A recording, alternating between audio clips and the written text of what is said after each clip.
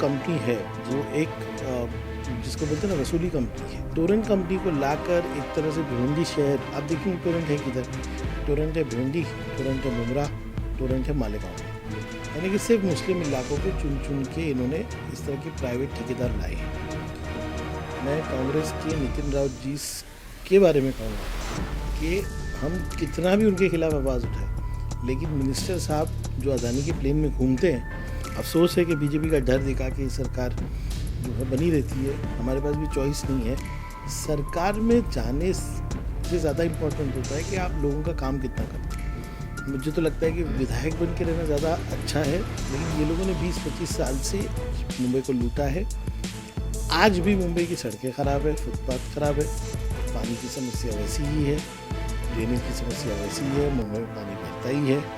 तो 20-25 साल में ये लोग फेल हो चुके हैं।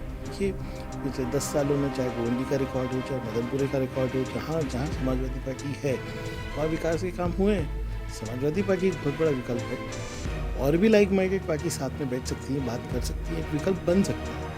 तो भिवंडी में भी हम लड़ेंगे, मुंबई में भी मैं तो कह रहा हूँ 55 सीटें तो मिनिमम लड़ेंगे। लेकिन हमारे मुख्यमंत्री साहब ऐसे हैं ना कि उनको लगता है मुंबई बंद चाहिए ताकि उनकी सरकार चलती रहे। इस समय हम भिवंडी से विधायक और नागपाड़ा से नगर सेवक, दो पदभार संभालने वाले एक ऐसे राजनेता के यहाँ पे है जिनका नाम है रईस शेख जी। रईस शेख जी इस समय हमारे साथ में है। वक्त गवाए बिना रईस शेख जी से सवाल करता हूँ मैं। पहला सवाल रईस शेख जी मेरा आपका रहेगा, विधायकी के नाते आपकी जिम्मेदारी काफ़ी बड़ी है, इलाका काफ़ी बड़ा है। भिवंडी की अगर बात करें तो मुंबई के मुकाबले काफ़ी पिछड़ा हुआ भिवंडी इलाका है। मिले हैं, उद्योग जगत है, वहाँ पे उद्योग धंधे हैं, सब कुछ है, मगर कहीं ना कहीं रहने के लिए जो सामान्य जनता है उन्हें काफ़ी तकलीफ़ों का सामना करना पड़ रहा है। तो सर, वहाँ के रिनोवेशन के लिए, वहाँ के हालात सुधारने के लिए कौन कौन से कदम हैं जो आप उठा रहे हो? देखिए, भिवंडी में लगभग 2 साल पहले मैं वहाँ का आमदार बना। अल्लाह ताला ने हम लोगों को नवाजा। और भिवंडी में अभी आप देखेंगे वहाँ पे रोड के काम चल रहे हैं, आईजीएम जो हॉस्पिटल है उसके इम्प्रूवमेंट का काम चालू है, स्कूल्स के बारे में हमने भी नया फंड लाया है। तो एक ओवरऑल डेवलपमेंट की हमारी पूरी कोशिश है और काम वहाँ पे हो रहा है। और मुझे लगता है कि ये और स्पीड अप पकड़ेगा, क्योंकि कोविड के दौरान फंड्स भी कम थे सरकार के पास, तो अब ज़्यादा फंड अवेलेबल हो रहे हैं। वहाँ पे ग्राउंड पे आप देखेंगे तो काफ़ी काम हो रहा है। भिवंडी शहर की कनेक्टिविटी इंप्रूव करना, मेट्रो को स्पीड अप करना, ये सब काम के ऊपर हम लगे हुए हैं। 2 साल बहुत कम वक्त होता है, और स्पेशली पूरा कोविड में, ये आज भी हम लॉकडाउन में हैं। तो अब जो गति पकड़ी है, मुझे लगता है आने वाले 3 सालों में एक बेहतर भिवंडी हमारे सामने होगा।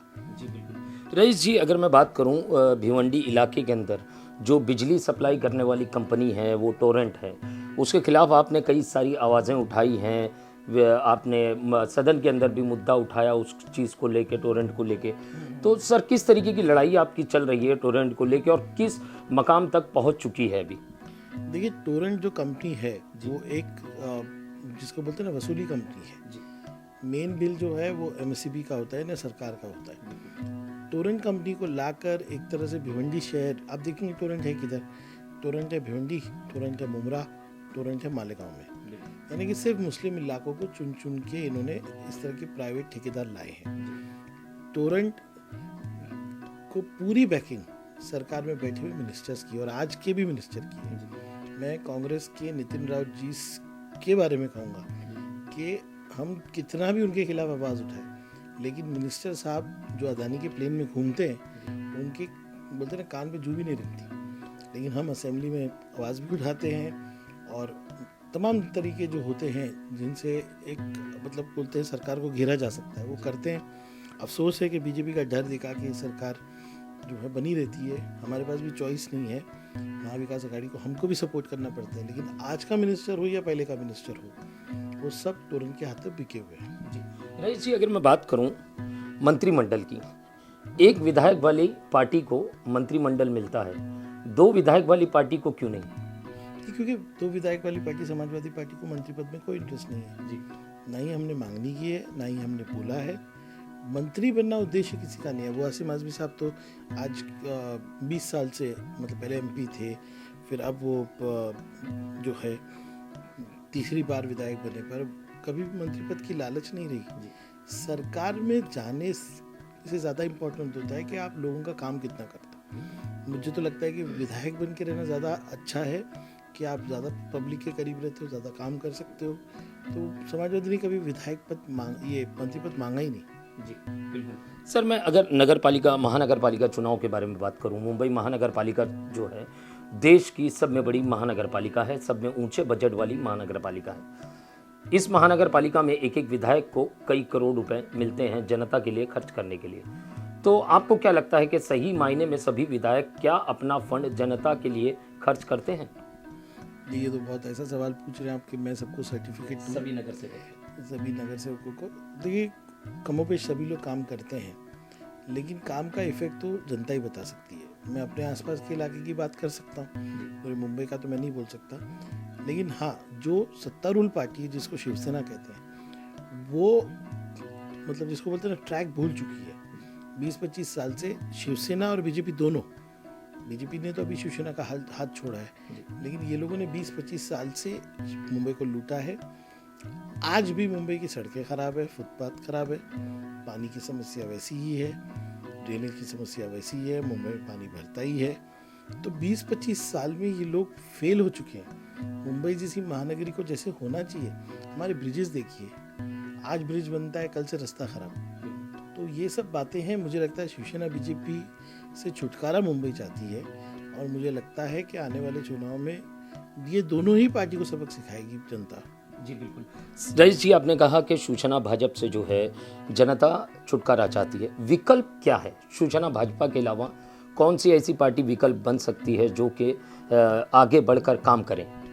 देखिए, विकल्प बनाना पड़ता है। विकल्प बनता है जब एक समान सोच के लोग बैठते हैं। समाजवादी पार्टी ने देखिए काम करके दिखाया। अब देखिए, पिछले 10 सालों में चाहे गोवंडी का रिकॉर्ड हो, चाहे मदनपुरे का रिकॉर्ड हो, जहाँ जहाँ समाजवादी पार्टी है वहाँ विकास के काम हुए हैं।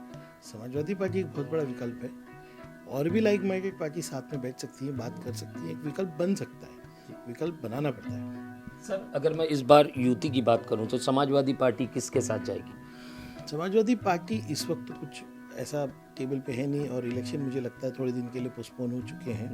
मैं चर्चा में था, उस अबू आसिम आजमी साहब के बिहाफ पे मैं गया था, तो मुझे लगता है 3-4 महीने तो इलेक्शन टल गया है, तो अभी कोई अपने पत्ते खोल नहीं रहा है ना।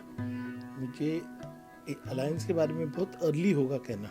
जी बिल्कुल। सर मैं अगर आईजीएम अस्पताल के बारे में बात करूं, भिवंडी का जो आईजीएम अस्पताल है, उसकी प्रेस कॉन्फ्रेंस के दौरान आपने एक इल्ज़ाम लगाया था शिवसेना और भाजपा पर कि ये बाहर तो सब एक दूसरे से लड़ते हैं, मगर कहीं ना कहीं मेरे क्षेत्र में ये लोग एकजुट होकर खड़े हो गए हैं मेरे विरोध में। सर ये किस तरीके का इल्ज़ाम था? क्या तकलीफ़ें आ रही हैं आपको काम में? देखिए, ऐसा है कि थाना ज़िला जो है जी, वहाँ पे एक तरह से वर्चस्व की लड़ाई चलती रहती है जी। बहुत अलग है मुंबई से। वहाँ पे गोडाउन है, ज़मीनें हैं, तो वहाँ पे सिर्फ लालच की राजनीति अभी हो रही है। एनसीपी भी इसमें मिली हुई है जी। कोई भी आता है तो सिर्फ समाजवादी को बुरा बोलता है। ना वहाँ पे आके एनसीपी बीजेपी को गाली देती है, ना बीजेपी एनसीपी की बुराई करती है, ना शिवसेना बीजेपी की बुराई करती है, क्योंकि सब भागीदार है। बहुत बड़ा वहाँ पे एक स्कैम चलता है। तो आईजीएम के वक्त आपने देखा कि मांझी आमदार शिवसेना के और आजी आमदार बीजेपी के दोनों साथ में आके समाजवादी पार्टी की तख्ती तोड़ रहे हैं। तो मैंने नहीं कहा, पूरा शहर कह रहा है कि रईस शेख के खिलाफ, समाजवादी पार्टी के खिलाफ आप देखेंगे, चाहे शिवसेना हो, बीजेपी हो, एनसीपी है, सब एकजुट हो चुके हैं। अभी एक मिनिस्टर आए थे तो वो समाजवादी पार्टी को गाली दे रहे थे। महाविकास अघाड़ी समाजवादी पार्टी के खिलाफ बनेगी, बीजेपी के खिलाफ। तो बहुत सी बातें ऐसी हैं, भिवंडी की जनता जानती है सब चीज़ें, और मुझे खुशी है कि चीज़ें बाहर आ रही हैं। रईस शेख के आने से पर्दा उठा, पर्दे के पीछे बातें लोगों को पता चल रही है जी। रईस जी, अगर मैं बात करूं आपके चुनावी जो सफ़र है आपका, काफ़ी लंबा सफ़र रहा। गवंडी से आपने शुरुआत की, पहली पारी की, उसके बाद लगातार आप चलते गए, आज जो एक विधायक के मकाम पे पहुंच चुके हैं। सर एक जिम्मेदारी, जैसे एक पक्ष की जिम्मेदारी, आपको लगता है कि आपके ऊपर भी है एक पक्ष को संभालने की, उसको आगे बढ़ाने की? जिस तरीके से महानगर पालिका का मुंबई में चुनाव आ रहा है, तो क्या गवंडी या कुछ एक चुनिंदा इलाकों तक समाजवादी पार्टी सीमित रहेगी, या तो मुंबई के कई और इलाकों से समाजवादी पार्टी के जो है कैंडिडेट देखने को मिलेंगे? देखिए, समाजवादी पार्टी मिनिमम 55 सीट्स पे लड़ेगी। हमारी तैयारी ऑलरेडी चालू हो चुकी है और हम सब लोग, चाहे मैं रहूँ या हमारे नगर सेवक रहे, आमदार अब्दुल आज़मी साहब हैं, सब मिल के मेहनत करेंगे। और सभी लोग कह रहे हैं, मैं नहीं कह रहा, कि भाई इस बार समाजवादी पार्टी का रिजल्ट बहुत अच्छा होगा, क्योंकि सभी ने काम किया है। तो भिवंडी में भी हम लड़ेंगे, मुंबई में भी। मैं तो कह रहा हूँ 55 सीटें तो मिनिमम लड़ेंगे। यहाँ पे हमारे पास कैंडिडेट है आज। तो ये सब चर्चा भी और काम चल रहा है और मुझे उम्मीद है कि आने वाले दिनों में हम बेहतर परफॉर्म करेंगे। सर, मैं अगर सवाल करूं भाजपा की, भाजपा सरकार के जो महाराष्ट्र के जो पूर्व मुख्यमंत्री हैं या भाजपा के अन्य नेता हैं, वो बार बार जो है एक मुद्दा उठा रहे हैं मंदिर का, कि मंदिर खुलवाया जाए। जब बारों को आपने परमिशन दे दी है, वाइन शॉप्स को परमिशन दे दी है, मॉल्स को परमिशन दे दी है, खेल के मैदानों में आपने परमिशन दे दी है, तो मंदिर को क्यों नहीं खुलाया जा रहा है? तो सर, मेरा सवाल आपसे है, आप मुस्लिम नेता हो, मुसलमानों का जो बातें हैं वो आप रखते हो वहाँ पे, तो सर क्यों कोई मुस्लिम नेता इस तरीके से आगे नहीं आ रहा है कि मस्जिदों की भी बात करें? आपको पता नहीं है शायद, मस्जिदों को खुलाने के लिए आज से 3 महीने से हम लोग बात कर रहे हैं, लेकिन हम लोग नहीं चाहते कि बीजेपी को मुद्दा मिले और उसको सांप्रदायिक रंग मिले। बीजेपी तो पब्लिसिटी कर रही है। हमने जो पीटी की होती है रिव्यू की, मुख्यमंत्री जी से भी कहा है कि सोशल डिस्टेंसिंग रखते हुए लिमिटेड तरीके से, जहां हम लोग वजू घर से करके आए, फ़र्ज मस्जिद में पढ़े, लिमिटेड तरीके से मिले, कम से कम कांटेक्ट रखें, सैनिटाइजिंग करें, ये सब करते हुए मस्जिदों को खोलें और मस्जिदों में नमाज़ पढ़ने की इजाज़त मिले। लेकिन हमारे मुख्यमंत्री साहब ऐसे हैं ना कि उनको लगता है मुंबई बंद चाहिए ताकि उनकी सरकार चलती रहे। मैं ज़्यादा इससे नहीं बोलूँगा। बीजेपी जो कर रही है वो स्टंटबाजी है, मंदिर का नाम लेकर लोगों को भावुक करने के लिए, सरकार के खिलाफ खड़े करने के लिए। हमारा उद्देश्य ये नहीं है कि सरकार के खिलाफ लोग जाए, लेकिन ये बात सही है कि जब सब कुछ खुला हुआ, हम यहीं बैठे हुए सारे लोग और हम अपना कामकाज कर रहे हैं, ऑफिस खुले हैं, ट्रेन चल रही है, तो मस्जिद और मंदिर बंद क्यों? तो ये एक सवाल मुख्यमंत्री को फेस करना पड़ेगा। और मस्जिद का जहाँ तक सवाल है, हमने पूरा प्रपोजल उनको दिया हुआ है। खुद खालिद अशरफ साहब मेरे साथ गए थे, राजेश टोपे जी से मीटिंग हुई थी, तमाम लोगों से हुई है, लेकिन मुख्यमंत्री साहब सुनने को तैयार नहीं है। रईस जी, एक आखिरी सवाल आपसे करना चाहूँगा। आपने चुनाव लड़ा था नगर सेवक का, जो कि नागपाड़ा से, तो सर क्या इस बार फिर से आप चुनाव में नज़र आएंगे या आपकी जगह कोई और चेहरा नज़र आएगा?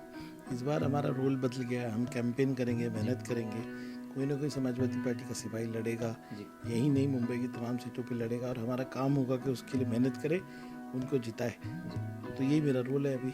सर, एक सवाल और, आपने कैंपेनिंग की बात की, एक सवाल मेरे मन में आया, मैंने कहा चलते चलते एक सवाल और करूं। सर, समाजवादी के कैंडिडेट के अंदर क्या खूबियां होगी जिसके आधार पर उसे अपना उम्मीदवार चुनेंगे आप? समाजवादी या किसी भी कॉरपोरेटर जो इच्छुक होते हैं, कैंडिडेट होते हैं, उनके अंदर सबसे पहले तो समझबूझ होनी चाहिए पार्टी की तरफ, और आइडियोलॉजी की तरफ उनकी पूरी पकड़ होनी चाहिए, उनकी पूरी बिलीफ होना चाहिए, और दूसरा ईमानदारी होना चाहिए। लोगों के साथ काम करके लोगों के बीच रहने की सलाहियत होनी चाहिए। सबसे पहली जो उसकी सोच होना चाहिए वो समाजवाद होनी चाहिए। बिल्कुल बिल्कुल। ये थे रईस शेख जी, जो कि विधायक हैं भिवंडी से, और जो भिवंडी ईस्ट से, और हाल फिलहाल मुंबई से नगर सेवक भी है। मेरे सवाल काफ़ी सारे थे और जवाब भी काफ़ी सदा हुआ था, जैसे कि एक राजनेता का जवाब होना चाहिए। इल्ज़ाम भी लगाए उन्होंने, सत्ता पक्ष पे भी लगाए, विरोधियों पे भी लगाए। मेरा सवाल था, जो कि जिस तरीके से आपका भिवंडी इलाका है, उसका रंग रूप बदलने के लिए आप क्या कुछ कर रहे हैं? तो उन्होंने कहा, ज़मीन से लेकर जो भी जनता की भलाई का कार्य हो, रास्ते हो या किसी अन्य तरह की तकलीफ़ें हो, उसे कहीं ना कहीं हल करने की मैं पूरी कोशिश कर रहा हूं। और काफ़ी कम समय हुआ है मुझको वहां से विधायक बनकर, करीब 2 साल बीत चुके हैं, और उस दौरान जो है कोरोना संकट जो है, महामारी पूरे देश भर में हाहाकार मचाई हुई थी। इस वजह से कई काम जो हैं रुके हुए हैं, वो आने वाले समय में ज़रूर पूरे होंगे। मेरा सवाल था समाजवादी पार्टी को लेके, मुंबई महानगर पालिका जो कि देश की सब में बड़ी महानगर पालिका है, उसको लेकर क्या समाजवादी चेहरे मुंबई महानगर पालिका में नजर आएंगे? तो उनका कहना था जी हाँ ज़रूर नज़र आएंगे। 50 से 60 के बीच के लगभग हम जो है अपने उम्मीदवार जो है समाजवादी पार्टी के उतारेंगे। और मेरा सवाल था कि चेहरा क्या होगा, मोहरा क्या होगा, तो उनका साफ कहना था ऐसा उम्मीदवार होगा जो कि जनता की समस्याओं को अपनी समस्या समझकर करे और जनता के बीच रहकर काम करे और समाजवाद की विचारधारा पे जो चलता हो, ऐसा कैंडिडेट हम जो है मुंबई के जनता के सामने उतारेंगे। अब देखना ये होगा कि आने वाला समय जो है चुनाव का है। शिवसेना ने जो किला बांध रखा है, क्या उसकी दीवार को भेदना आसान होगा, ये आने वाले चुनाव के नतीजे बताएंगे। कैमरामैन सफीक साटविलकर के साथ सईद शेख की report, the daily India news, Mumbai.